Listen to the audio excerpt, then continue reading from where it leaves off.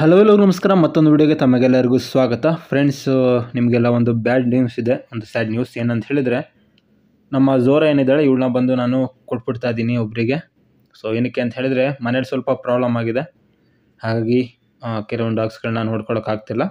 ಹಾಗಾಗಿ ಝೋರಾನ ಬಂದು ಫ್ರೀಯಾಗಿ ಕೊಡ್ತಾ ಇದ್ದೀನಿ. ಸೊ ಇದು ಬಂದು ಒಬ್ಬರು ರಿಲೇಟಿವ್ಗೆ ಕೊಡ್ತಾ ಇದ್ದೀನಿ. ನಮ್ಮ ಚಾನಲ್ ಸಬ್ಸ್ಕ್ರೈಬರ್ಗಳಿಗೆ ಕೊಡೋಣ ಅಂತ ಅಂದ್ಕೊಂಡೆ. ಸೊ ಯೂಟ್ಯೂಬಲ್ಲಿ ಹಾಕೋಣ, ಯಾರು ತೊಗೊಳ್ತಾರೆ ಅಂತ.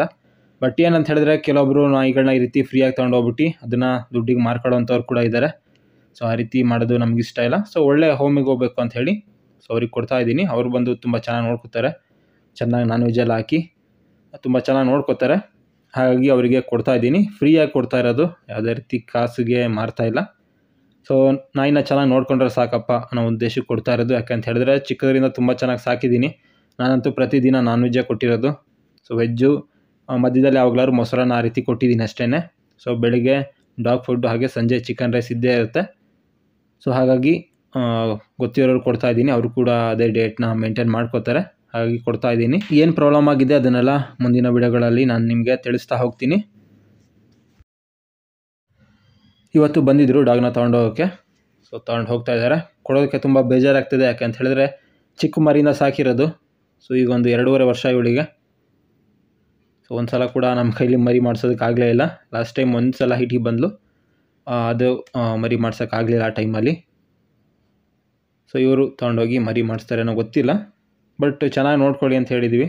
ಚೆನ್ನಾಗಿ ನೋಡ್ಕೊಂಡ್ರೆ ಸಾಕು ನಮಗೆ. ಸೊ ಅವ್ರ ಕಾಸಿಗೆ ಏನು ಕೊಡೋದು ಬೇಡ ಅಂಥೇಳಿ ಕೊಟ್ಟು ಕಳಿಸ್ತಾ ಇದ್ದೀನಿ.